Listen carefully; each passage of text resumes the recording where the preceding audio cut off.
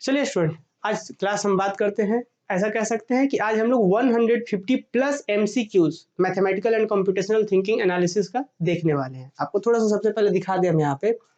तो देखिए आज की क्लास में हम लोग कुछ इस तरीके से है, यहाँ पे देखिए, और शुरू से लास्ट तक आप लोग क्लास में बने रहना है, क्योंकि एग्जाम जो होगा BBMQ का सेमेस्टर 3 का एग्जाम में एक सिंगल क्वेश्चन इस क्लास से बाहर नहीं होगा। मतलब मैथमेटिकल इंडक्शन, उससे रिलेटेड बहुत सारे क्वेश्चन है, स्टेटमेंट वगैरह जो पहला यूनिट है उससे बहुत क्वेश्चन है, AP GP HP बहुत सारे क्वेश्चन लिए हैं, कोरिलेशन हो गया या स्क्यूनेस वगैरह हो गया, प्रोबेबिलिटी हो गया, हर एक यूनिट से खूब सारे क्वेश्चन लिए हैं। तो हर एक टाइप्स के MCQs यहाँ पे डिस्कस किए जा रहे हैं। तो आप सबसे रिक्वेस्ट है कि शुरू से लेकर के एंड तक लगभग 2 घंटे का क्लास होगा, ये 2-2.5 घंटे का क्लास होगा। A to Z 159 पेज का ये PDF है, तो पूरा हम लोग A to Z इसको कंप्लीट करेंगे, पूरा कवर करेंगे। चलिए चलिए ठीक है, हाँ बिल्कुल स्टार्ट कर रहे हैं। तो स्टूडेंट चलिए क्लास में सबसे पहला क्वेश्चन स्टार्ट करते हैं। और क्वेश्चन क्या है आप लोग ध्यान दीजिएगा, और क्वेश्चन जिन बच्चों को आ रहा हो आंसर भी बताना है जब हम पूछेंगे तब, बिना मतलब का कमेंट नहीं करना, और बहुत प्रेम से आज देखना है सिर्फ, क्योंकि भाई हम लोग थ्योरी तो पढ़े हैं खूब सारा, लगभग कोर्स कंप्लीट कर चुके हैं हम लोग, अब आज बारी है MCQs का। क्वेश्चन क्या कह रहा है स्टूडेंट, देखिए क्वेश्चन बोल रहा है कि if P and Q are statements then determine of equivalence statement. Equivalence का मतलब क्या होता है? इक्विवेलेंस का मतलब कि दोनों आपस में सेम काम करने वाला हो, कि ये सेम। इक्विवेलेंस का मतलब ये इसको इंप्लाई करे, ये इसको इंप्लाई करे। तो इसमें इक्विवेलेंस स्टेटमेंट कौन है? इसको क्या बोलते हैं जी? देखिए P इंप्लाई Q और Q इंप्लाई P, दोनों तरफ तीर है। इसका मतलब P जो होगा उसके होने से Q होगा, Q के होने से P होगा, मतलब आपस में दोनों इक्विवेलेंट है। तो इसका आंसर क्या हो जाएगा? Option number A is correct answer. तो उम्मीद है कि सबका आंसर आ भी रहा होगा यहाँ पे।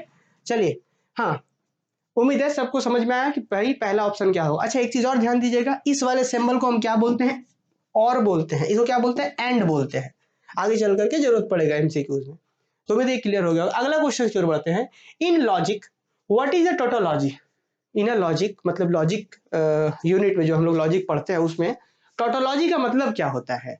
बताइए आप लोग कमेंट करके। देखिए आंसर ऑप्शन देखिए, अ statement that is always true. क्या टोटोलॉजी का मतलब ये होता है जो स्टेटमेंट हमेशा ट्रू हो? A statement that is always false, क्या ये होता है? A statement that is sometimes true, या statement cannot be determined. बताइए क्या होगा? हमने क्लासेस में पढ़ा था टोटोलॉजी का मतलब होता है वैसा स्टेटमेंट जो हमेशा ट्रू हो। तो क्या होगा? Option number A is correct answer. चलिए आ रहा है सबका आंसर? वेरी गुड सबा प्रवीण, बहुत अच्छा, वाह बहुत सुंदर। चलिए बहुत सुंदर जी, वेरी गुड। नेक्स्ट बढ़ते हैं आगे अगले क्वेश्चन की ओर। Which connectives often represented by the symbol this? इस सिंबल से हम किसको रिप्रेजेंट करते हैं? कौन से कनेक्टिव्स को रिप्रेजेंट करते हैं? पहला क्या कंजक्शन जिसको एंड बोलते हैं, डिसजंक्शन जिसको और बोलते हैं, नेगेशन जिसको नॉट बोलते हैं, इंप्लीकेशन जिसको एक इंप्लाई का सिंबल होता है। तो बताइए इस सिंबल से किसको हम रिप्रेजेंट करते हैं? कमेंट करके सब लोग आंसर करिए फास्ट भाई। चलिए सब लोग आंसर करिए। क्या होगा? Option number A. अभी थोड़ी देर पहले बताए थे इस सिंबल का मतलब होता है एंड, और इस वाले सिंबल का मतलब होता है और। थोड़ा सा नोट हम आपको एक्स्ट्रा यहाँ बता दी, इस PDF को हम एप्लीकेशन में जो बच्चे 100 रुपीज का कोर्स ज्वाइन किए हैं उन लोग को तो मिल ही जाएगा ये PDF, वही उसी कोर्स में इस पूरे कंप्लीट PDF को दे देंगे हम लोग। इसका मतलब क्या जानते हैं स्टूडेंट? देख लीजिए थोड़ा सा, ये क्या होता है? इसको बोलते हैं हम लोग एंड, और इसको क्या बोलते हैं हम लोग? और, है ना? तो देखिए ये, अच्छा यहाँ पे लिख भी देते हैं, ये होता है एंड। एंड को क्या बोलते हैं? ऐसे। और को होता है ऐसे। नेगेशन का मतलब होता है ऐसे। इंप्लीकेशन तो ये सिंबल दिया हुआ ही है ना? अगले क्वेश्चन पे बढ़ते हैं। If P is true and Q is false, क्या बोला है? अब ये वाला हम चाहते हैं कि सब बच्चे आप लोग ही बताइएगा। क्या बोला है जी? कि P स्टेटमेंट जो है वो ट्रू है, Q स्टेटमेंट जो है वो फॉल्स है। देखिए if P is true and Q is false, P statement true है, Q फॉल्स है, what is the truth value of P and Q? हमको बताना है P और Q का ट्रुथ वैल्यू क्या होगा। चलिए कमेंट करके बताइए, इसका आंसर चाहिए। अब कुछ लोग गलत बता रहे हैं।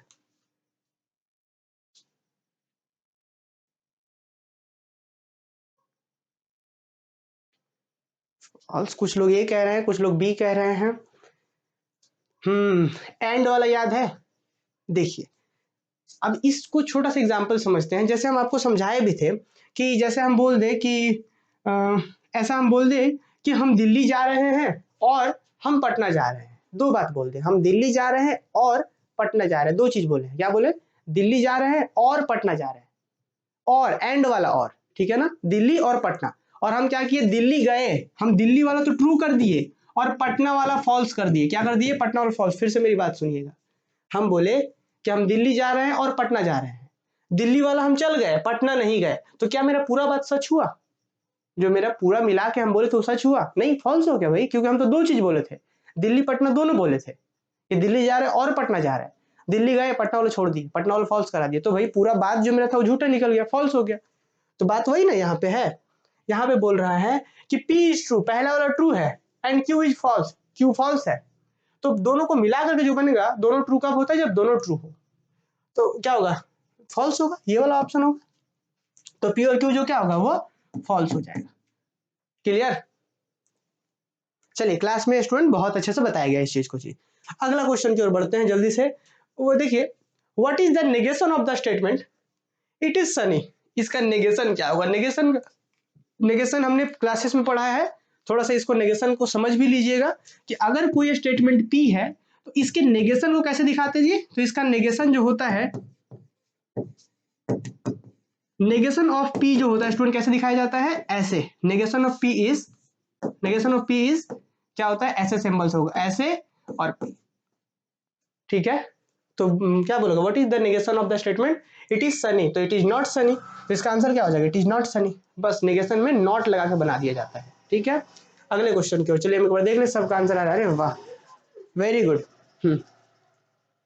चलिए अगले क्वेश्चन की ओर बढ़ते हैं, इन logic what does the symbol this represents, वो सिंबल क्या रिप्रेजेंट करता है, कमेंट करके बताइए, ये जो सिंबल है वो क्या रिप्रेजेंट करता है।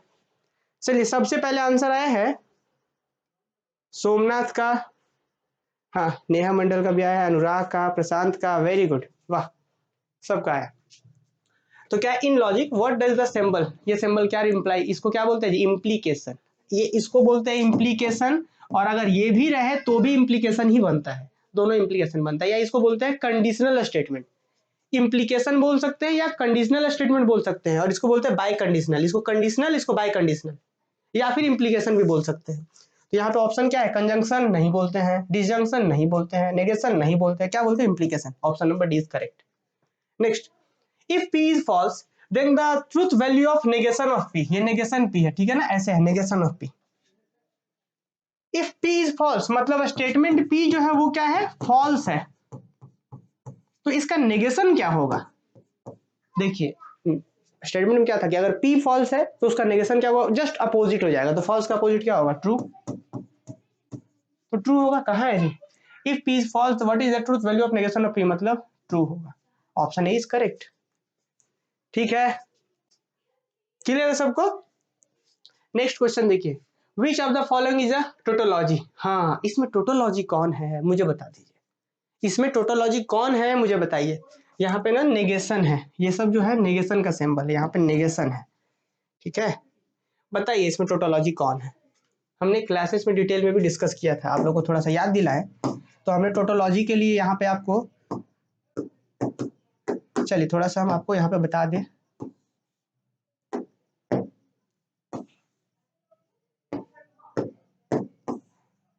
याद है स्टूडेंट कैसे हम लोग कर रहे थे वहां पे, चलिए जल्दी से आपको थोड़ा सा इस टेबल को याद दिल, इस टेबल से याद दिलाते हैं, क्योंकि एग्जाम तो सामने है आप लोग का। तो देखिए स्टूडेंट, यहाँ पे मान लीजिए P स्टेटमेंट है, यहाँ पे नेगेशन ऑफ P है, मान लीजिए P नेगेशन ऑफ P, और यहाँ पे पहला हम बना लेते हैं P join negation of P।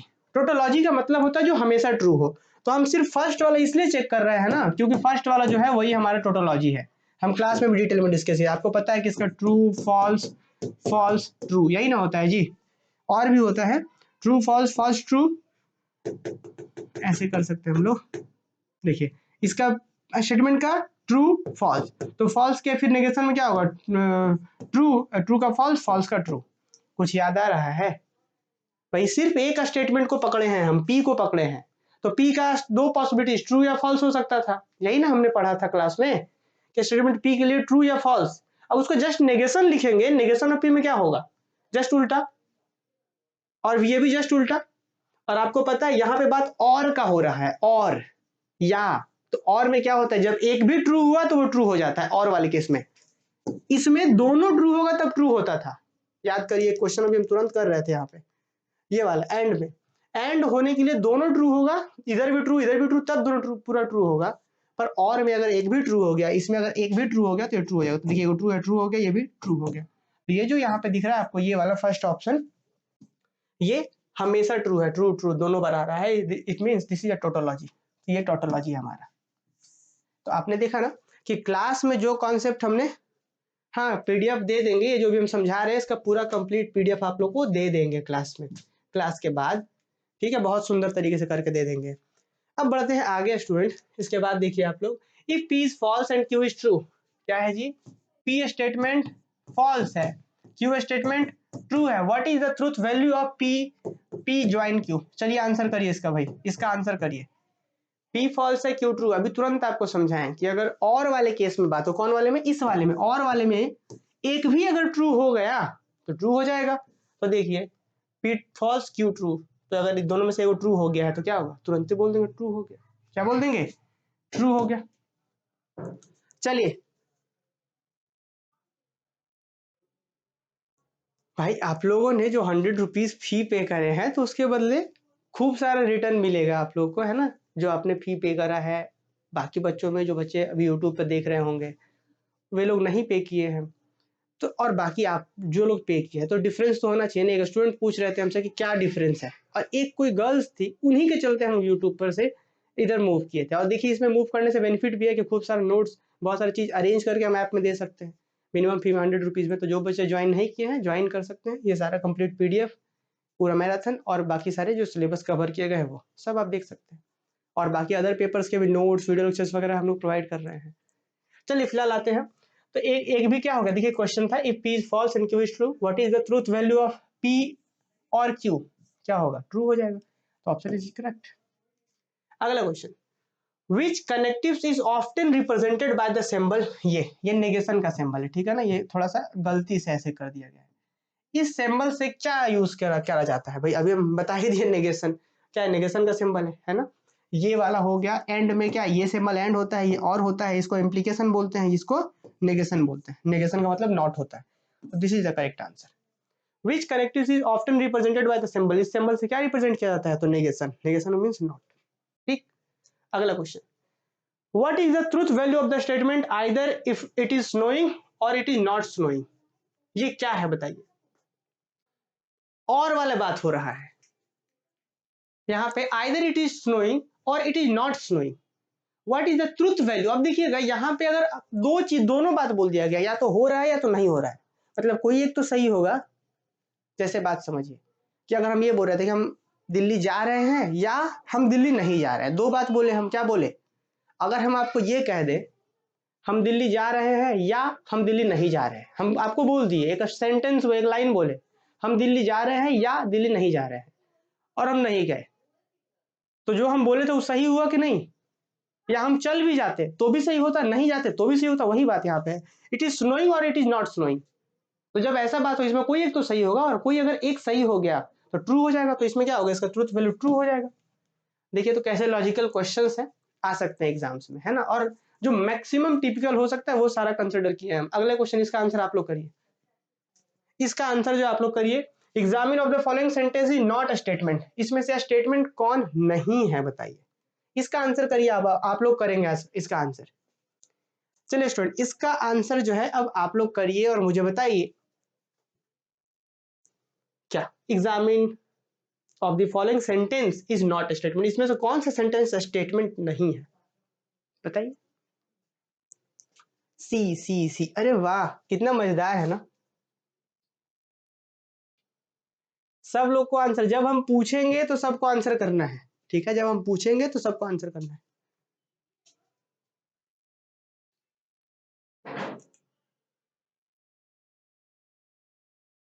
सबको मतलब समझ आ रहा है कि कौन सा स्टेटमेंट, या स्टेटमेंट का मतलब क्या होता है, वैसा सेंटेंस जो या तो ट्रू हो या तो फॉल्स हो, पूरा पूरा ट्रू या पूरा पूरा फॉल्स। अगर पूरा पूरा बोल पा रहे हैं तो वो स्टेटमेंट है। जैसे एग्जांपल समझिए, जैसे the sum of interior angle of quadrilateral is 360, कि चतुर्भुज है ना, चतुर्भुज के चारों कोनों का योगफल, अंदर के सभी कोनों का योगफल 360 डिग्री होता है। पूरा का पूरा सही है, पक्का वाला सही है। तो ये तो पक्का सही है, मतलब स्टेटमेंट है। ठीक।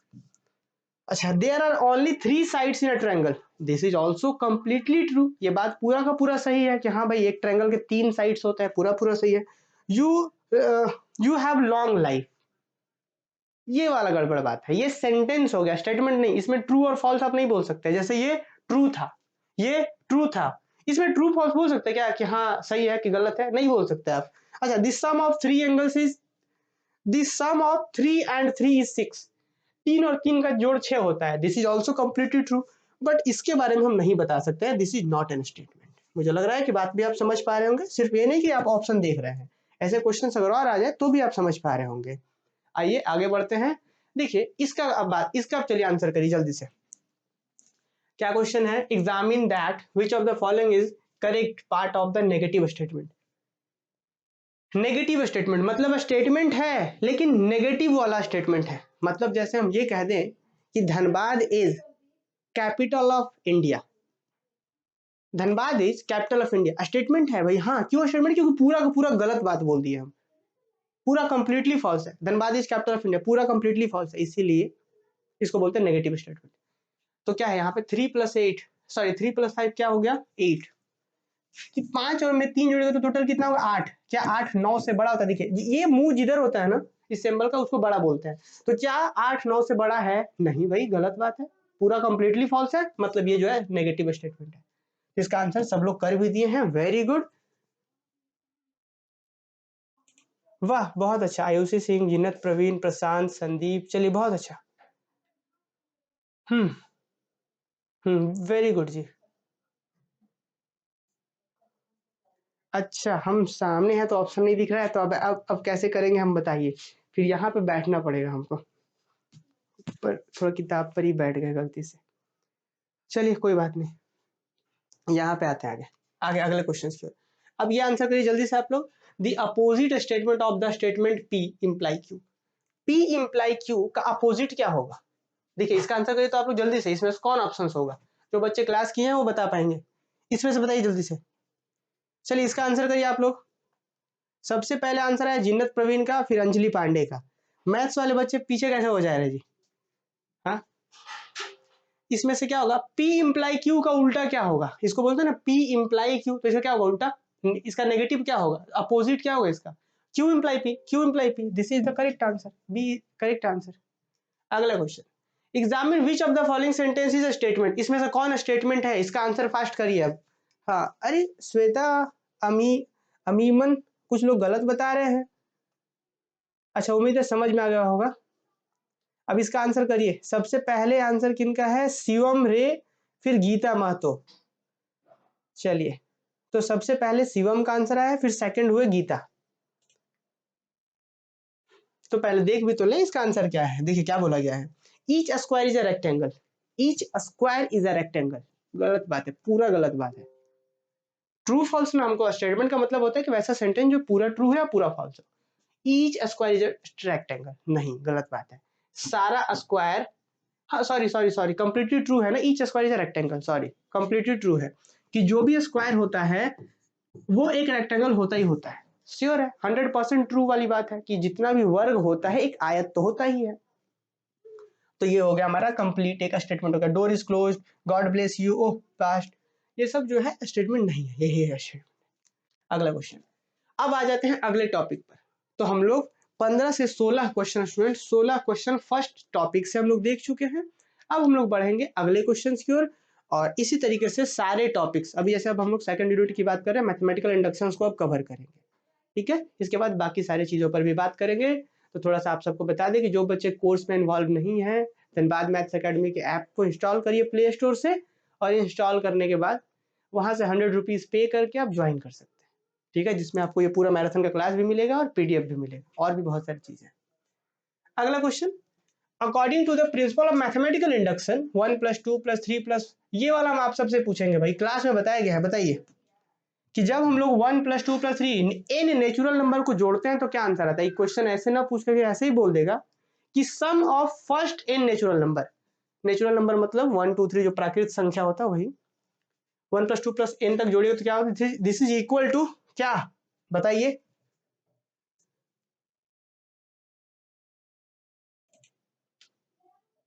वेरी गुड, वाह बहुत सही, बहुत सुंदर। बहुत अच्छा जी। तो क्या ऑप्शन होगा, n इंटू एन प्लस 1/2 सी होता है। हमने इस चीज को क्लास में प्रूव भी करवाया था और मैथमेटिकल इंडक्शन से प्रूव भी करा है। तो आप बहुत बच्चों को डाउट था ना कि मैथमेटिकल इंडक्शन का थर्ड स्टेप में प्रॉब्लम हो रहा, लीजिए मैथमेटिकल इंडक्शन का क्वेश्चन से एग्जाम में यही आएगा और ये श्योर है आएगा, एकदम लिख देते हैं 100% ये क्वेश्चन आएगा, या तो फर्स्ट शिफ्ट में है, या तो सेकंड शिफ्ट में है, या तो थर्ड शिफ्ट में है। और जो लोग सेट करते हैं क्वेश्चंस बहुत बाहर के नहीं होते हैं, ठीक है। हर एक बार जो लोग यहाँ पे सेट करते हैं क्वेश्चंस मैथ्स वाले, तो बहुत बाहर के नहीं होते, सब यहीं के होते हैं, ठीक है। तो बिल्कुल परेशान नहीं होना है, क्वेश्चन यही सब आएगा। अगला क्वेश्चन देखिए, according to the principle of mathematical induction 1² + 2² + 3² dot dot dot n² is equal to, इसमें से कौन होगा, बताइए बताइए जल्दी से, इसमें से कौन होगा।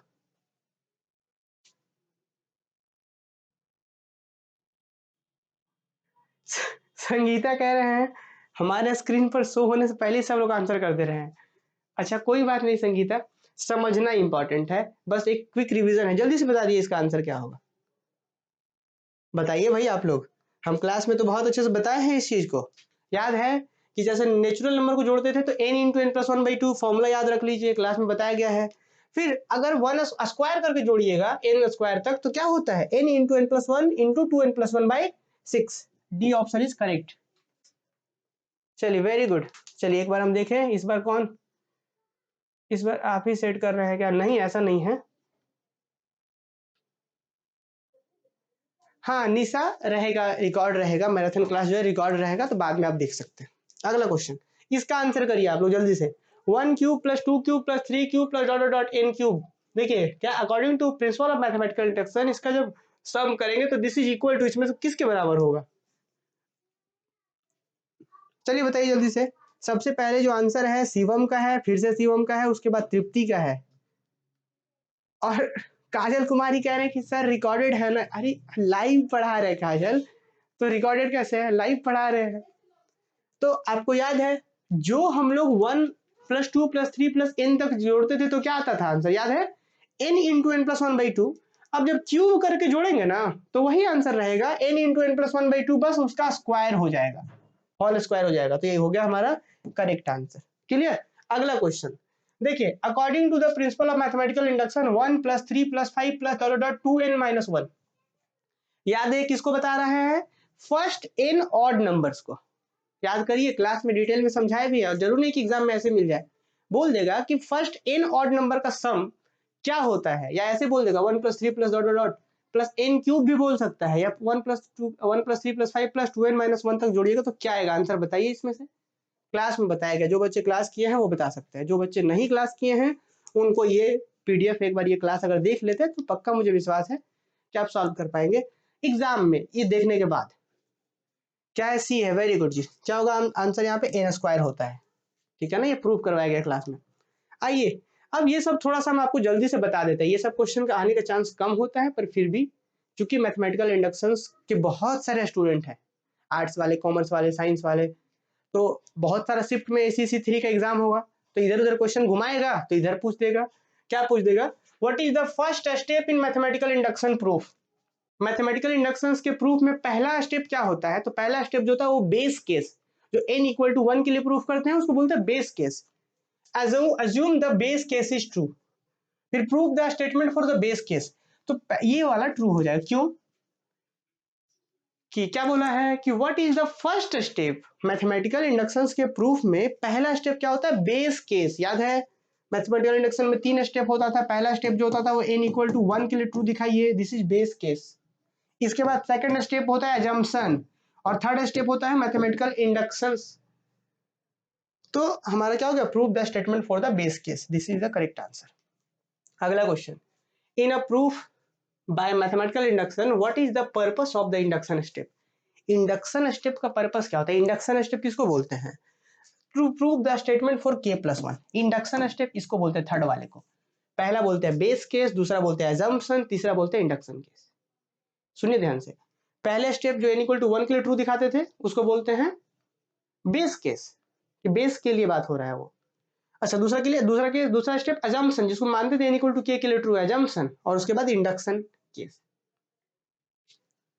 तो to prove the statement for k plus 1, for k plus 1, ये k प्लस 1 वाला जो है यही चीज क्या है हमारा इंडक्शन स्टेप। अगला question, which of the following statement is about mathematical induction, इसमें से कौन मैथमेटिकल इंडक्शन के लिए है? इसमें से जो भी सेंटेंस लिखा गया है मैथमेटिकल इंडक्शन के लिए कौन है? देखिए आंसर करिए, मुझे बताइए। इंडक्शन हाइपोथेसिस कंप्लीट को बोलते हैं, स्टेप 2 और स्टेप 3 मिला करके। चलिए इसका करिए। अच्छा सॉरी शिवानी, एक शिवम भी थे वहां पे, इसलिए वो शायद मिस्टेक हो गया हमसे, शिवानी है ना। चलिए शिवानी इसका आंसर करिए। सब लोग सी कह रहे हैं, देखिए क्या बोला गया है, जो बच्चे पढ़े हैं वो तो बहुत अच्छा। अब आप लोग समझ पा रहे हैं कि कोर्स में डिटेल में पढ़ने का क्या फायदा होता है। जो बच्चे पढ़े हैं ध्यान से, लाइव पढ़े हैं, नोट बनाए हैं, सब आंसर कर पाएंगे।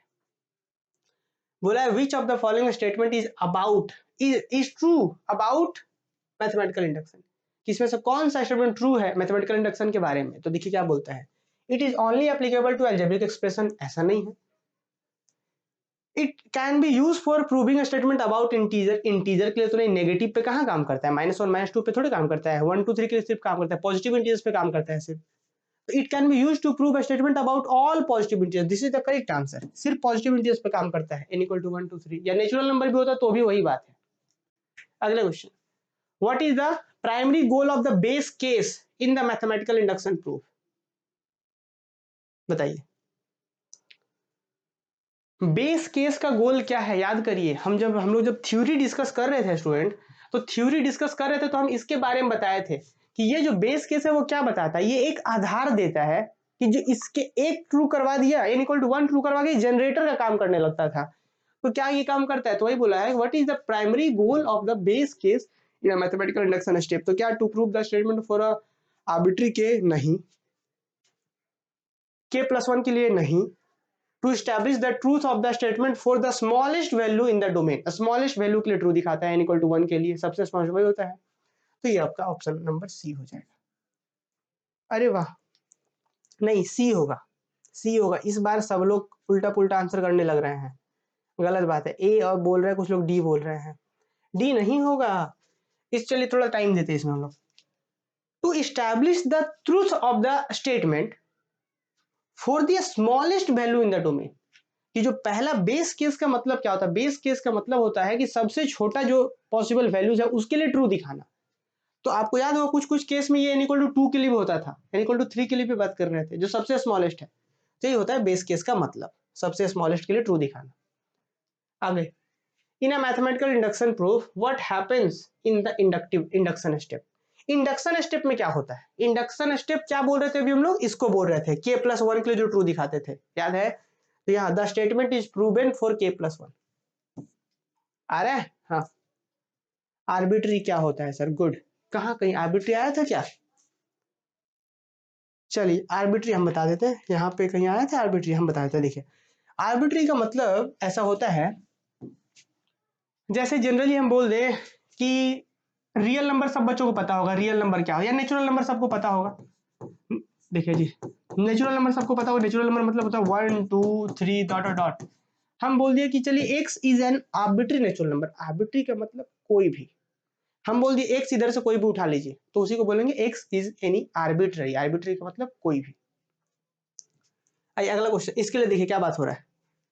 हाँ ये तो बता दिए थे। अगला क्वेश्चन ये देखिए, which of the following is necessary to establish mathematical induction proof. क्या नेसेसरी होता है?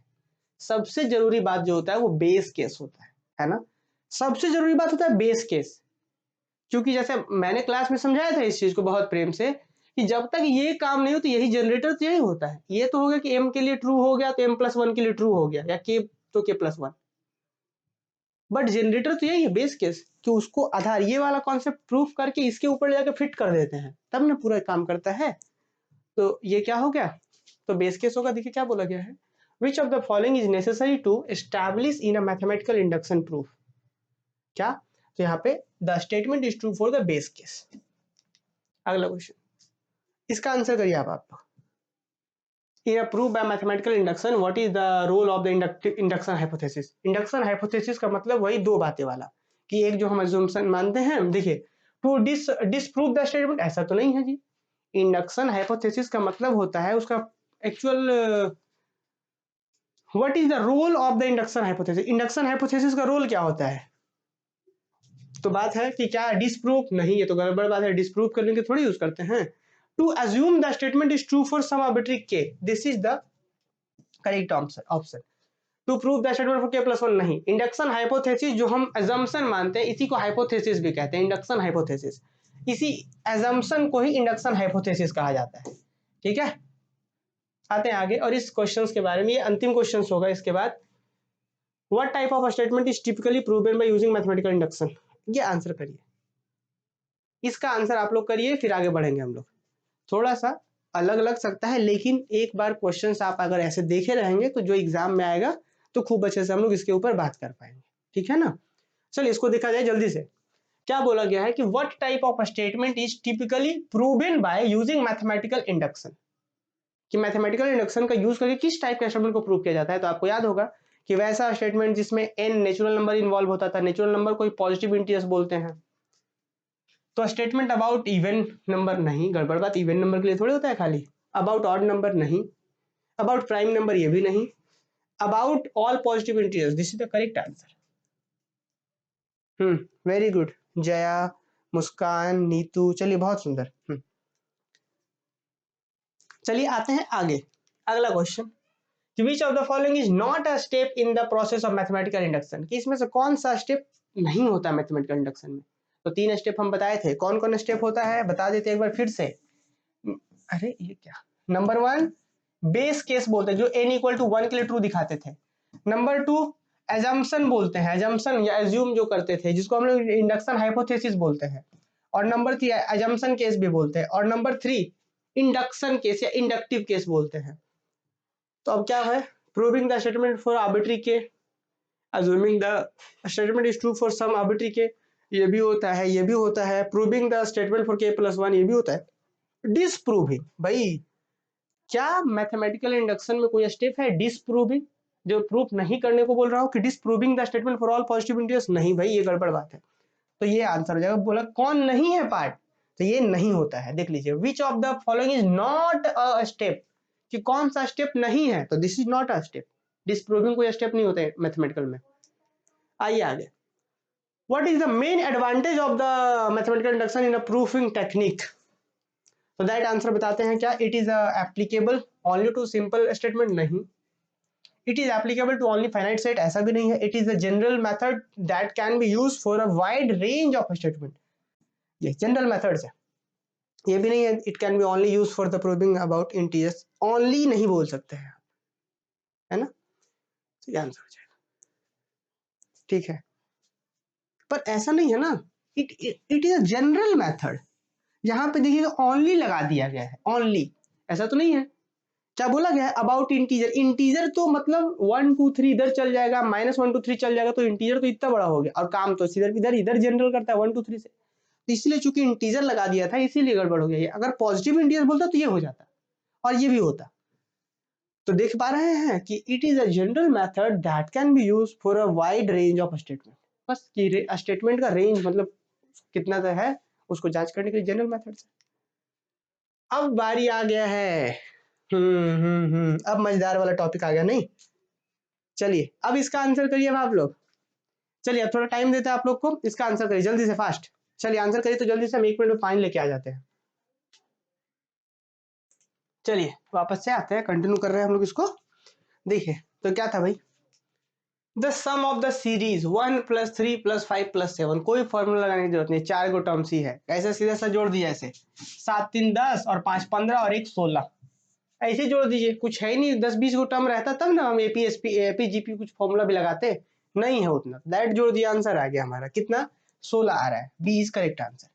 अगला 6 टर्म ऑफ द सीरीज 2 4 6, 6 छठा टर्म। स्टूडेंट याद करिए कि ये सबसे पहले अगर ऐसा सीरीज कुछ भी आपके सामने मिल जाए तो तुरंत हम लोग क्या करेंगे, पता करेंगे कि एपी में है, जीपी में है कि एचपी में है, तुरंत ही पता कर लेंगे। और पता करने के बाद देखिए आप यहाँ पे उसके बाद फॉर्मूला लगा देंगे। क्या ये कौन सा है भाई, 2 बढ़ रहा है, 2 + 2 4, फिर 2 बढ़ा 6, आगे वो क्या 8 होता, तो क्या होगा यहाँ पे ए कितना आ रहा है 2 हो गया। फिर यहाँ पे डी कितना बढ़ रहा है, 2 बढ़ रहा है, बार बार 2 बढ़ रहा है। तो फिर फाइनली कितना पूछा, छठा टर्म का फॉर्मूला क्या था जी, हम लोग एनवा टर्म जानते थे ना, a + n-1 इंटू डी, कुछ याद आ रहा है एपी का अर्थमेटिक प्रोग्रेशन का एनवा टर्म्स होता, तो छठा टर्म चाहिए आपको, मतलब a6 चाहिए, तो क्या होगा a + n की जगह पे 5 6 है, तो 6 में से 1 गया तो 5, डी क्या होगा a की जगह कितना है 2 + 5 × 2 कितना होगा, 5 × 10 2 12। ठीक है, और इतना दिमाग नहीं लगाएंगे एग्जाम में, ऐसे नहीं करेंगे एग्जाम में। एग्जाम में सीधा कैसे करेंगे, तुरंत हमको दिख रहा है a, मतलब ऐसे 2 दिख रहा है, डी कितना है 2, हम कहे जी ए छठा टर्म चाहिए, a6 चाहिए ना, तो a + 5d, a + 5d मतलब जी 2 × 2 a + 5d, 5 डी की जब 2 है तो 5 × 10 12, हो गया काम खत्म। ठीक है, अगला क्वेश्चन, इसका आंसर करिए, इसका आंसर आप लोग करिए। Sum of the n terms of the series, अरे भाई ये n टर्म्स पूछ दिया गया इस सीरीज का, अभी थोड़ी देर पहले बताए थे इसको हम, अभी तुरंत थोड़ी देर पहले बताए थे। चलिए सारे बच्चे बताइए यहाँ पे, इसका आंसर करिए, सबा, प्रवीण, ऋतिका, अंजलि, चलिए इसका आंसर करिए सब लोग। Sum of n terms of the series, इस सीरीज का n टर्म्स का सम करना है, 1 + 3 + 5 + 7 + 9 + डॉट डॉट, कितना n टर्म जोड़ना है इस सीरीज का, कितना आएगा आंसर, इसका आंसर कितना आएगा। सबसे पहले आ रहा है राजा कुमार का आंसर आया है, कितना आंसर आएगा, गुड, क्या आएगा, डी आएगा, है ना जी, कितना आंसर आएगा, डी आएगा, क्योंकि अभी थोड़ी देर पहले बताया था कि sum of n odd number, विषम संख्या, n विषम संख्याओं का जोड़ n² होता है। आगे पढ़िए, इसके बाद इसमें थोड़ा सा सीखने वाला बात है। 7 10 13 16 देख रहे एपी में है, क्या है, अर्थमेटिक प्रोग्रेशन में एपी में है। कैसे पता किया हम, 7 में 3 बढ़ गया तो 7 3 10, 10 में फिर 3 बढ़ा, फिर 3 बढ़ा, ऐसे बढ़ रहा है। ए कितना है यहाँ पे 7 है, डी कितना है 3 3 बढ़ रहा है। क्वेश्चन क्या बोला है, विच ऑफ द सीरीज है, which term of the series, sorry, which term of the series will be 88, मतलब इस सीरीज का 88 कितनावां टर्म होगा, मतलब पहला टर्म 7 है, दूसरा 10 है, तीसरा 13, चौथा 16, तो इस तरह से कौन टर्म होगा 28, सॉरी 88, 88 होगा, कितने नंबर का टर्म्स होगा, तो मान लीजिए इनवा टर्म्स है, लेट, क्या मान लीजिएगा कि लेट nth टर्म, ऐसे एग्जाम में नहीं करेंगे, शॉर्टकट कर लेंगे कि लेट nth टर्म इज 88, मतलब nth टर्म बोले हैं, nth का मतलब a + n-, मतलब ऐसे an बराबर 88 मान लिया हमने, भाई हमको नहीं ना पता है कि ये 2 है, ये कि ये 4 है, कि ये 5 है, नहीं पता हमको, तो ये n मान लिए कि n बराबर 88 है। तो n का फॉर्मूला क्या होता है, a + n-1 into D, rough copy सबके पास होना चाहिए, सॉल्व करिए भाई। अब a मतलब कितना है यहाँ पे 7 प्लस n की जगह पे यही रहने दीजिए -1, डी की जगह कितना 3 है, इक्वल टू 88, इसको पहले भेजिए उधर, 7 उधर गया तो 88 में से 7 घट जाएगा, n-1 इंटू 3,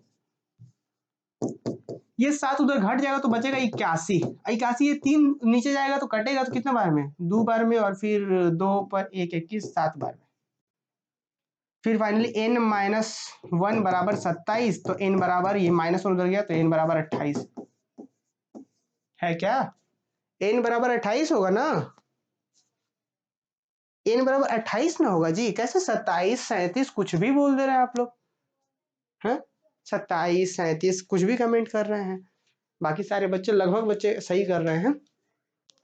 कैसे किए समझे, इसको थोड़ा समझना भी है, ऐसा नहीं कि हम स्पीड कर लिए तो दिक्कत हो तो नहीं पूछेंगे, पूछ सकते हैं आप, लेकिन क्लास में पूछेंगे, ठीक है, अभी भी पूछ सकते हैं। चलिए, हमको नहीं पता था कि ये कैवा टर्म होगा, हमने बोला कि nth टर्म इज 88, मान लीजिए एनवा टर्म से मान दिए, एनवा मतलब n बराबर 88, एन का फॉर्मूला क्या था, a + n-1 डी था, इक्वल टू 88।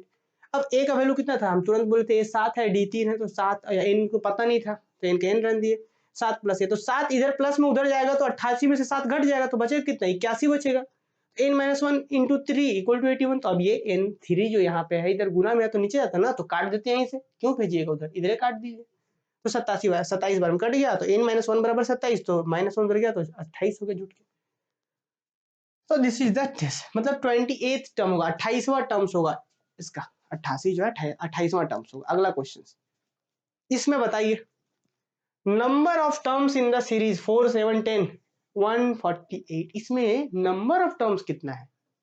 हाँ, मतलब इसमें कितना टर्म्स है, टोटल कितना टर्म्स है? अब ये भी बड़ा मजेदार क्वेश्चन है। आपको पता है, देखिए देखिए देखिए, पहला 4 था, ये भी फिर एपी का ही क्वेश्चन आ गया, अरिथमेटिक प्रोग्रेशन का ही क्वेश्चन आ गया एपी का। इसमें पहला टर्म्स कौन है? 4 है। बढ़ कितना रहा है? 3 बढ़ा, फिर 3 बढ़ा, मतलब कॉमन डिफरेंस कितना हो गया? डी बराबर हो गया 3।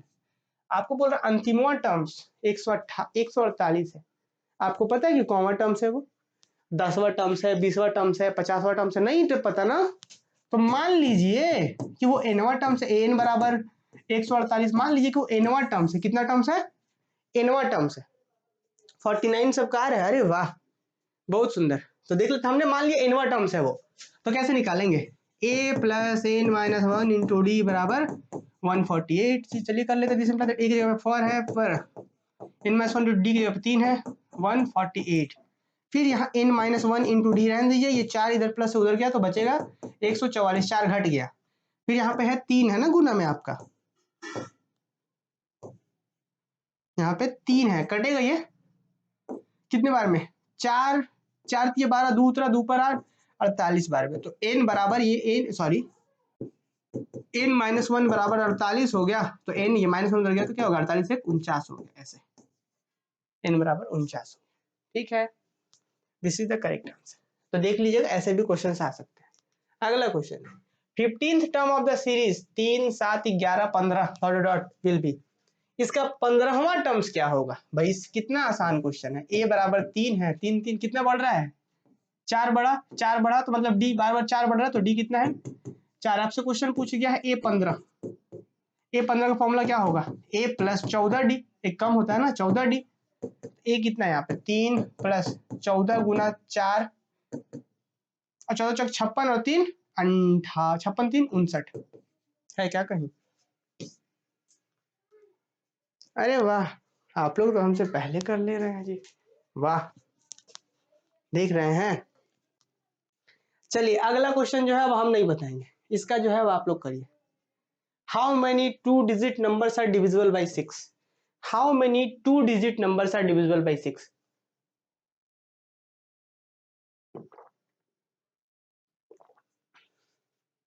How many 2 digit numbers are divisible by 6? यहाँ पे कितने नंबर्स होते हैं 2 डिजिट के जो 6 से डिविजिबल होते हैं, है ना? बताइए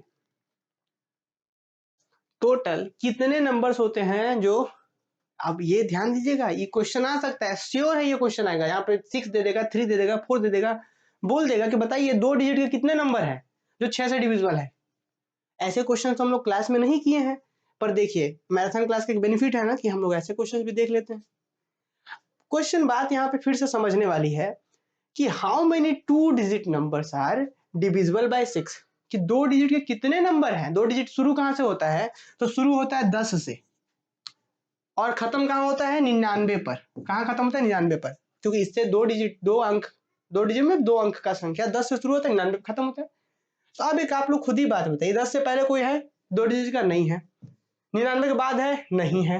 तो अब बताइए 6 से डिवाइड होने वाला सबसे पहला 2 डिजिट का नंबर कौन है? सबसे पहला 11 है क्या? नहीं है। 12 है क्या? हाँ। तो सबसे पहला जो नंबर हो गया वो है 12। तो सबसे पहला नंबर कौन हो गया? 12। फिर 12 के बाद कौन होगा? 13 नहीं होगा, 14 15 16 17 18 होगा। कौन होगा? 18। फिर कौन होगा? फिर से जोड़ दिए 24 होगा। फिर इस तरीके से अंतिम कौन था हमारे? 99 था। 99 12 से 99 6 से डिवाइड होता है क्या? नहीं होता है। 98 होता है क्या? नहीं होता है। 97 होता है क्या? नहीं होता है। 12 8 96। चेक कर लेते हैं हम लोग। 99 जो है 6 से डिविजिबल है क्या? चेक कर लीजिए। 6 से डिविजिबल कौन होता है? जो 2 से भी डिविजिबल हो, 3 से भी डिविजिबल हो। वैसा नंबर जो 2 से 3 से दोनों से डिविजिबल होता है, दोनों से कटता है, वो 6 से कटता है। तो नहीं कट रहा है ये। अच्छा, और 98 कट रहा है क्या?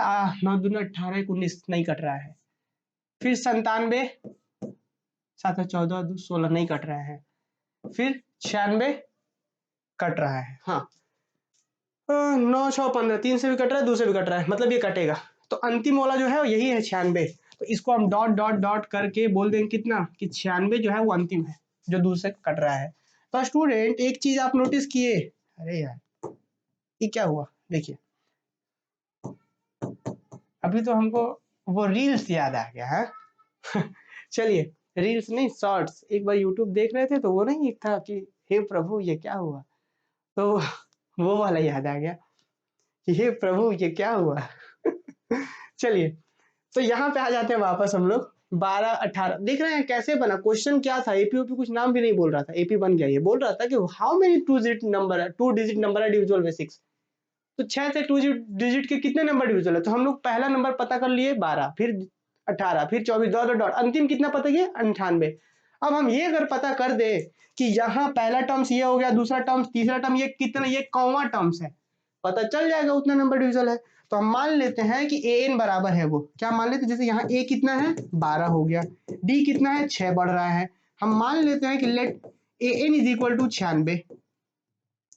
एन इक्वल टू 96 मान लेते हैं। एन का मतलब होता है a plus n minus 1 into d बराबर 96। ए कितना है 12 प्लस एन रहने दीजिए एन माइनस 1, और डी कितना है 6 है, इक्वल टू 96। ये 12 उधर घटेगा तो this imply that n minus 1 6, यहाँ पे 12 8 96, पहले 12 घटा लिए तो उधर 2 घटेगा तो 94, 10 84 हो जाएगा। फिर 6 एकम 6, यहाँ पे 6 एकम 6, 2 उतरा 2 पर 8, 6 चौक 24, 14 बार में कट गया। तो फिर फाइनली एन माइनस 1 बराबर 14, तो एन बराबर 15, माइनस 1 हो जाएगा 15।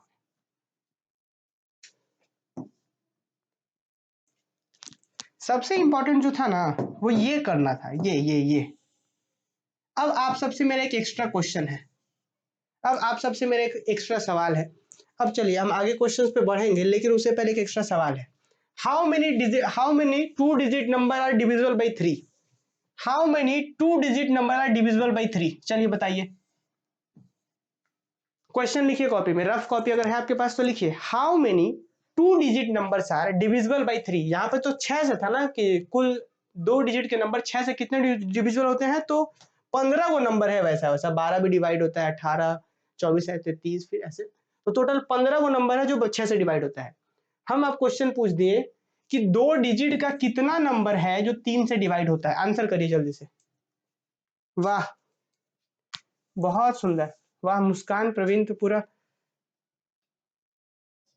समझ नहीं आया, ये तो 12 होगा, नहीं 12 नहीं होगा, 15 ना होगा। सब लोग 30 कह रहे हैं। किनका आंसर है? रिया मुखर्जी। रिया बताइए कौन से समझ नहीं आया? अब समझ में आया। 12 कैसे होगा, देखिए ना, सॉल्व किए हम लोग, पहला टर्म्स 12, कॉमन डिफरेंस बार बार 6 बढ़ रहा था, फिर सब सॉल्व कर आपके सामने ही तो 15 लाए हैं, है ना। अभी जो हम बोले उसका आप लोग आंसर कर दीजिए। चलिए, सब लोग का आंसर आ रहा है। अभी जैसे अभी हम तुरंत एक क्या बोले थे भाई, अभी हम बोले कि ये तो 3 से डिविजिबल 2 डिजिट के कितने नंबर है, 2 डिजिट कहाँ शुरू होता है, 10 से शुरू होता है, 99 पे खत्म होता है। 10 3 से डिवाइड है क्या? नहीं है। 11 है क्या? नहीं है। 12 है क्या? हाँ, पहला हो गया 12। फिर 12 के बाद अगला 3 से कौन डिवाइड होगा? 3 जोड़ के देखिए, 12 के बाद 15 होगा, फिर 15 के बाद 18 होगा, अंत 99 हो गया 3 से डिवाइड। हाँ जी, कैसे पता किए हम? तो 9 और 9 18, 18 डिजिट को जोड़ दिए, 9 9 18 हो गया, 18 डिवाइड होता है 3 से, मतलब पूरा डिवाइड होता है, मतलब 99 अंतिम है। फिर हम मान लीजिए ए एन उसी को मान लीजिए, तो a plus n minus 1 into d बराबर 99। ए यहाँ पे 3 है, सॉरी ए 12 है, plus n minus 1 into d मतलब 3 बराबर 99। ये 12 उधर घटा दीजिए, एन माइनस 1, 3 बराबर 99 में से 10 गया तो 89, और 2 और घटा दीजिए तो 87। 3 का 3, 3 दूनी 6, एक उतर गया, 2 पर 7 27, 3 9 27, और ये n इक्वल टू 30 हो गया। चलिए, बहुत सही, वेरी गुड। तो आप समझ